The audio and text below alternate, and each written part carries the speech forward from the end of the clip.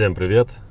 Начинаем мы новое видео про байк BG30E, а именно расход топлива, насколько он низкий или большой в городе. Прошлые видео, не знаю, если вы видели, вот где-то здесь будет ссылка, можете посмотреть. Там были претензии ко мне, что я сделал слишком, то есть замер на слишком маленькую дистанцию.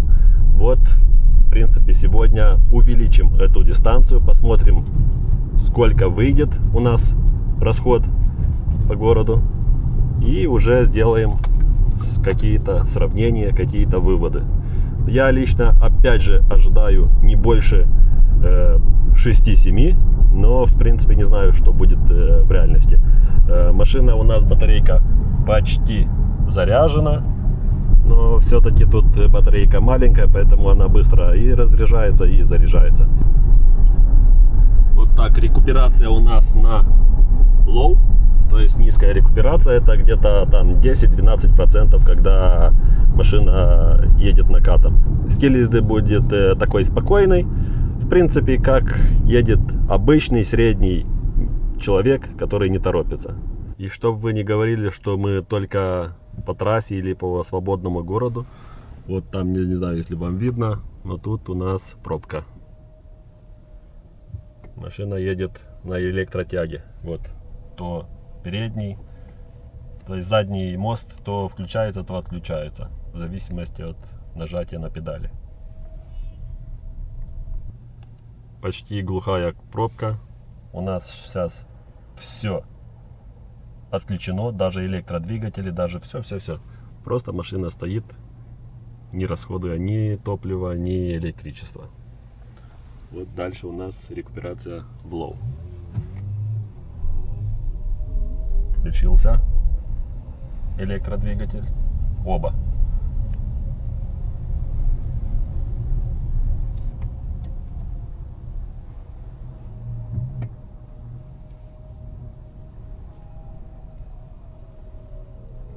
Вот что интересно, если все-таки в пробке электродвигатель включен, он расходует 1% батареи.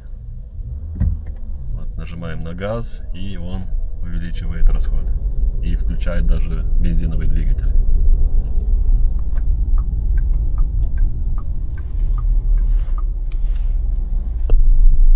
Хотелось бы отметить, что очень мягко проходят неровности этот автомобиль. У него подвеска вроде бы не пневмо, но все равно очень похожа на нее.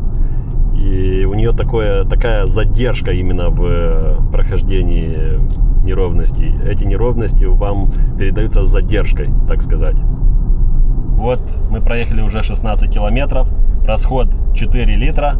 И вот тогда, когда все говорили, что нужно проехать больше, в принципе, пока что моя теория верна, что вот и на большее расстояние машина показывает хороший расход топлива. Давайте поедем дальше, посмотрим. Кстати, мы сейчас замеряем расход топлива по городу. У нас он средней загруженности, то есть вот стоим сейчас в пробке, но бывает, что едем и 50 км в час. Но если вам интересно, какой расход покажет этот автомобиль по трассе, пишите об этом в комментариях. Лучше всего ставить плюсики. И если мы соберем 50 плюсиков хотя бы, то я сделаю там средний расход на 200-300 километров. Сколько получится по трассе. Это, конечно, если вам интересно. Вот мы в режиме комфорт. Кстати, мы в режиме комфорт, даже не в эко. Вот, давайте поставим эко. Мы сейчас проехали сколько? 21 километров. Средний 4,1. Это в комфорт режиме, то есть не в эко. Хочется еще раз отметить про подвеску. На наших вот отвратительных иногда дорогах, где 100 слоев асфальта и вот везде эти канализационные люки, то в этих моментах машина прямо отрабатывает идеально, в меру управляемая и очень-очень прямо комфортная. Если там рассматривать машину как семейный для комфорта автомобиля, это прям то, что надо. Опять же, это совсем не реклама, вы можете прямо сами, у кого есть возможность, конечно, сделать тест-драйв на таком автомобиле, сами поймете, сделаете выводы, то есть подвеска реально делает свое дело, она отлично. Что я еще заметил, что если не ставить вот эту индикацию заряда батареи, либо обороты в минуту, то вообще иногда непонятно, она едет с включенным двигателем или чисто на электротяге. То есть очень плавно все это делается, и иногда их вообще просто не понять. Поэтому я всегда подставляю это значение сюда, вот ближе. Да, вот так она выглядит. И так более понятно, на чем мы сейчас передвигаемся. Вот конкретно сейчас на переднем электродвигателе. По высоте автомобиля мы сидим выше, чем вот, к примеру, такие кроссоверы, как GLC. Мы уже на уровне где-то ML, GLE, то есть либо X5, примерно вот на таком уровне высота автомобиля. Те, которые компактнее, это уже они реально ниже. Вот уже 40 километров я катаюсь по городу, это час-полтора, 4,1 расход топлива. Постараюсь сейчас сделать еще 10 километров, чтобы было ровно 50. И скорее всего закончу, потому что это реально очень тяжело. Если хотите понять, о чем я говорю, просто берите машину и катайтесь по городу без дела 50 километров. Именно по городу, не по трассе. И вы поймете, что это почти как работа. Сейчас у нас 4,1, очень хороший расход. Сделаем сейчас итоги после 50 километров. Вот такой расход у нас получился за 52 километра, 4,3 литра. Это уже у нас получается 2 часа за рулем.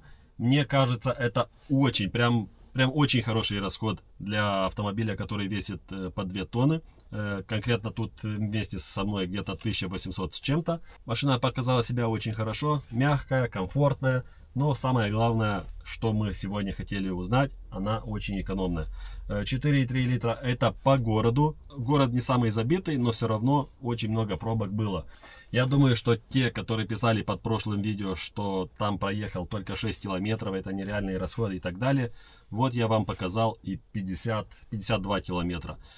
Думаю, что те же люди напишут и сейчас, что 50 тоже недостаточно. Но я думаю, что те, которые хотели узнать, на что способен автомобиль, поняли, что я хотел сказать. 4,3 литра это из-за того, что я проездил все равно чуть-чуть агрессивнее нельзя сказать, но все равно в более динамичном режиме, чем в прошлый раз. То есть, если бы хотел поставить опять же рекорд, 4 литра это было бы реально. Но все равно 4,3 очень хороший результат. Если вам интересен этот автомобиль и вы хотите узнать, какой расход топлива у него получится по трассе, к примеру, то пишите, ставьте плюсик в комментариях. Если мы соберем хотя бы 50 плюсиков, то я сделаю там на пробеге 200-300 километров, покажу, какой реальный расход топлива по трассе у этого автомобиля. А так, подписывайтесь на канал, ставьте лайки и всем пока.